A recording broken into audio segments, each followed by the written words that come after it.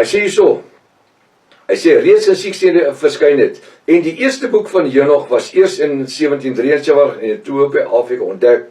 Hoe is dit moontlik dat die boek Openbaring en die boek Henog meegeding het vir 'n plek in die 16 Living King James Bible? Wat sê u? Seker besef u dat hierdie nog 'n internet in Israel visie Japie van Sail leen is. En dan daar ander onskuldige mense wie stupid genoeg is om dit te glo. Paniek, dit was my vader, het altyd gesê, there's a suckerbone every day. En weet jy, dit is jammer om te sê, maar daar's baie van ons boeremense wat niks weet nie. Hulle het al hulle lewe in die NG Kerke, die 3 Susters Kerke gesit, en vir die predikante gesit en luister. Meeste van die tyd gesit en slaap. Wat geen Bybelkennis gehad het. Wat nie, ek meen, hoeveel keer was daar in die 3 Susters Kerke oor die vrugte van die 9 gawes van die Ruach HaKodesh, die Heilige Gees, gepreek en geleer? Nooit. Later het nog 3 boeke oor die boek Henog, ook uit Ethiopië, verskyn, wat uit dieselfde 11 stukkies fragmente verskyn het, wat hulle gebruik het. Nou kon hulle nie als uit die eerste boek Henog, was dit nie volledig genoeg uit die 11 stukkies fragmente nie. Wat belangrik is om te besef, is die feit dat die boek Henog, in geen een van die 4 boeke van Henog, enigstens na outeur of auteurs verwys nie, maar net na die uitgewers. Jy kry nie 'n outeur nie. Jy kry nie die ouens wat dit geskryf het, wat sê, ek het hierdie boek geskryf, ek verbind my hieraan nie. Hoekom nie?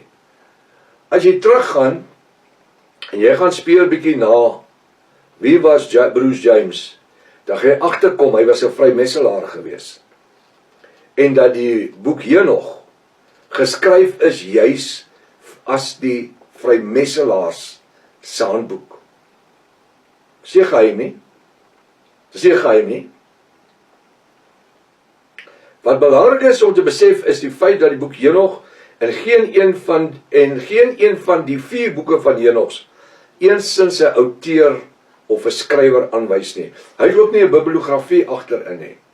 Dit is sekerlik mos nou die belangrikste van enige boek, want dis nie 'n Bybel nie.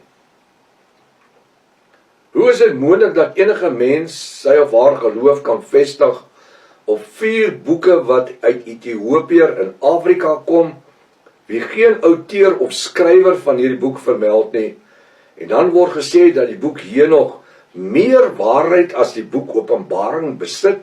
Hulle sê dit. Dit is totale malligheid.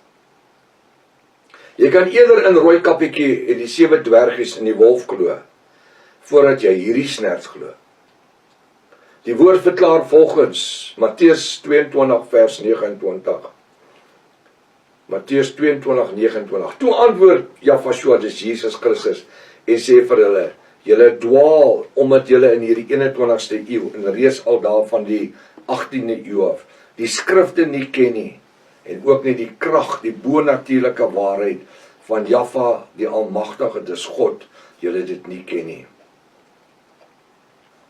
Hierdie skrifgedeelte is so van toepassing in die tyd waarin ons tans in 2026 leef.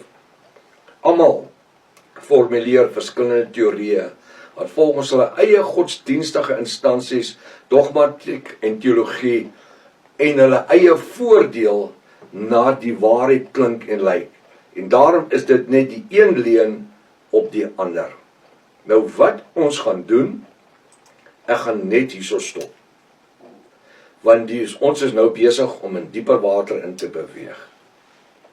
En as ek eers begin hierso, gaan ek vir die volgende ure nie ophou nie. So wat ek doen, ek stop hierso. Hier's genoeg inligting dat u dit kan deurwerk. Kyk weer na die video, maak jou notas, kyk na die feite, gaan kyk op internet, wat sien u? Maar pas op dat jy nie jou hande brand nie. Versprei hierdie boodskap, hierdie video aan soveel mense as jy kan. En vernaamlik die Israel visie mense. Weet jy wat? Ek sal wat wil gee dat Japie van Sail en sy gehoor waaragtig tot bekering kan kom. Hy kan soveel vir die koninkryk van Jahwe beteken.